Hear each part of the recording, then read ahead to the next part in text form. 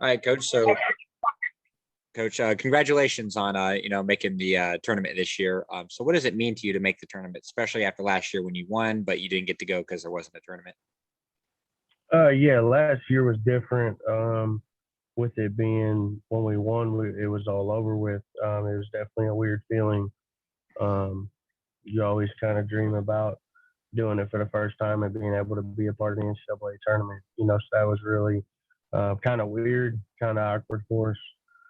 But now being able to win it and to be there and to be a part of the NCAA tournament, it's really exciting.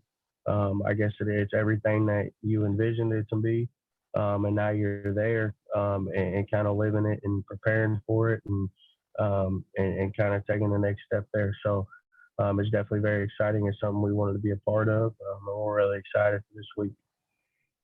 So what do you know about this team you're playing, Wisconsin Oshkosh? I believe I think they're 22-3 this year. Just what do you know about them? They've won a lot of close games. They got a lot of good players. They go about eight-ish deep. They're really, really good size as a freshman. He's going to be a really good player for him, about 6'8", do it all guy. But they're really solid across the board. Really solid. They shoot it well. They play together. They move the ball. They pressure the ball a little bit on the defensive end of the floor. They're not huge size-wise in terms of their height and things, but they just have solid size across the board. Similar to us, where we don't have those monster guys inside, but just have some decent size across the board. That's a lot like them. In terms of their efficiency, they're one of the most offensively efficient teams in the country, and just what they do is very effective. They move the ball, they use one another. They play their pace of the game. When you're effective and efficient, and you do that. That makes you a really good ball club. So is that the biggest thing that you see that kind of scares you with that team, because they do have 4 players in double figures? Is that something? Is there a certain player you're really focused on, or is it just the way they play together? What's something that you're really maybe a little nervous about, or you're really focusing, telling the boys about? I don't really get nervous. I mean, I think that's it's a basketball game. We're not the NFL receiver running across the middle getting hit on a slant route. I don't think in basketball there's anything to be scared about. I think preparation takes care of that. Like I said, they're a tremendous basketball team. They're number one seed for a reason in our region, in those things. But I mean, the things that they do well is what they do well. They move the ball well, they shoot it well, they're efficient. That's what makes them good. There's no reason to be scared by any means. But in terms of what you can do, is you try to disrupt. You try to be efficient on the defensive end of the floor, guard without fouling. We got really good athletes, really good defenders. And you try to throw some different stuff at them, make them uncomfortable, keep them out of the rhythm, challenge everything without fouling. You got to do a great job on the glass, and that's the only thing you can do against a good team. So that's what we're looking to do, and that's kind of will be our mindset going in. So there's 3 players that really coming off the bench and that have grown so much from last year to this year. Elliott, DK, and Peyton Krager. Can you just kind of talk about all 3 of those and what you've seen? You recruited them, you got them here, and they've obviously gotten better over the last 2 years. So just talk about their development. Yeah, I mean, Peyton's one of the best shooters in the league. When he gets to the point where he makes the game even easier for himself, it's going to be a problem. He's somebody that can create. He can do multiple things on the offensive end of the floor, and he's really nice to have off the bench. The more simple he makes the game for himself, and continues to learn how to just read the defense, he's going to settle in even more. But he's been, in my eyes, a candidate of 6th man of the year in the league this year, just with his efficiency. He's 47.5 from the floor, 48 from 3, on 7 points a game or whatever it was, So he's a good player. He's been efficient for us. That's something we can continue to talk about with him. Is just keeping it simple and continuing to grow that way. As a point guard, we need a floor general. We need somebody that's gonna run the show. keep things, even keel, under control. So we're continuing to grow with him with that. He's tremendous talent. Looking at Elliott, he's somebody that, potential wise, he could be an All American one day. Mentality wise, that's what's going to hold him back. He's somebody that's got to continue to grow and push himself daily, continue to do what he does very well. Thing about Elliott is people at this level don't do what Elliott does.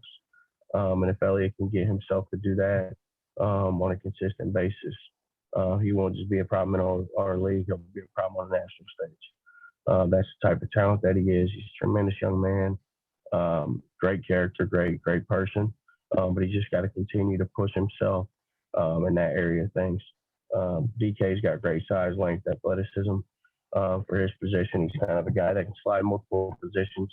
Him continuing to grow his outside game. I think he's starting to see what he does well, which is finishing at the basket, being athletic, being a problem on the defensive end of the floor, being able to switch off guard 1 through 5. He's got some things for our system that are really, really good. Will help us in the future. But that motor and his outside game are definitely what we got to take steps forward with. And then you didn't mention, but Locke's done a great job this year. He's got tremendous flow. He understands the game so well. His feel is incredible. He's got a lot of things like Bryson does in his game, where you put him on the floor, he might hit a shot, he might not. But you look out there and you're just good when he's on the floor. Impacts the game, makes the right decisions, doesn't mess up. And he's just continuing to get a good feel. He's hit some shots this year. He's hit some big shots this year. And he's a coach's dream in terms of, hey, I need somebody to do this, and he knows what's going on. That's something DK does super well too. So just having those guys starting to get their feet wet in terms of the experience and things, they're going to be nice pieces going forward. But they're definitely it's some things that each of them's got to continue to grow with if they want out of this what the staff has envisioned for them. Awesome. So Chance Aldridge, again, you've been here with him every year. I think his first year didn't really play much, but last year just won every award he could have, it seemed like. And then this year, again, he was, good. I think he was third team, and he was just the tournament MVP. So I guess just talk about what he has meant to you over the last few years and meant to the team. Oh, he's an exceptional talent. He's somebody that, he'll go down as one of the best players here ever. And the thing about Chance is people haven't seen the best of him either. And what I'll continue to do with him is continue to challenge him, continue for his game to grow. I know he has goals to try to find a way to play after this. And if that's a goal that he has for himself, for us as a coaching staff continuing to push that for him, there's no doubt he can put the ball in the basket. He's got an exceptional feel for that, talent for that. But it's getting, the rest of his game even more polished, getting him stronger. And he's somebody that is a great talent. He's one of the best Blackburn's seen, one of the best SLEAC's seen. He's done things in the conference nobody's ever done. So that's great. And that's good for his accolades and things. We don't do it for that. We do it to continue to do this as a team. We're doing things as a team that's very impressive, and he helps a lot with that. And I know he takes pride in that. He's a great guy. Guys love him. Great character. And for him to continue to grow, taking another step forward is going to be huge for us next year. So continuing to push him and challenge him. If you win, things take care of themselves in other areas. And that's what we want to continue to push with our guys, is continuing to be a winner all the time. And he probably was 13 because we fell asleep in the second half of the league play this year. We couldn't get over that hump. We couldn't do winning details to go win close games. And you talk about winning mattering, that right there, he might be the first second team selection if we win more games. And we got hot down the stretch, but winning is very important, when it comes to certain things. And that's always our number one goal as a program, is to continue to win. And if you win, other things take care of themselves. So this could maybe be your last game coaching Bryson. So just talk about what that's been like. A lot of people would love to get to coach their brother, and not only do that, but see your brother succeed, you succeed, the whole team has just had success. So just talk about that, what it really means to coach him. I mean, the emotional aspect of it, in terms of looking at the big picture, I've never really done. The thought of it, it's cool. It's definitely something that I doubt even has ever been done. I was lucky, I got a chance at Blackburn at a young age, right after being an assistant, right after graduating. So it's a unique situation. Me and being able to start this thing early is probably what had a lot to do with that. But the biggest thing is, with us is just we want to win. We want to win. We come from a winning program where we grew up. We come from a winning family in terms of basketball success. And just winning. Winning is important to us. Doing whatever we have to do to sacrifice. And he's coached harder than anybody else. You always coach your own harder. That's just, there's more expectations and things. So I'm sure that's been hard on him. But I think he's got a lot out of this that he wanted in terms of being a winner, being able to be in big moments, being able to be around good high character teammates. I think he's been, in those moments and been a part of something that, I hope he's proud to be a part of, and that I'm very proud to be a part of every day. But it's really cool. I think whenever we look back and look at everything, it'll be something that we can more take in once it's over. But I think we're just so competitive. We live in the moment. We do the best we can for the team. And it's not really something we've set. And at least for me, I haven't really sat and looked at, the whole thing or taken it in, or it's always been let's do our best. This is our team. Here's what it is. How do we be the most successful that we can? Hey, I need this out of you. Hey, I need you to guard this guy. For me being able, I said with 35 minutes left in the game the other night, keep Izzy out of foul trouble. Hey, go take Milstead.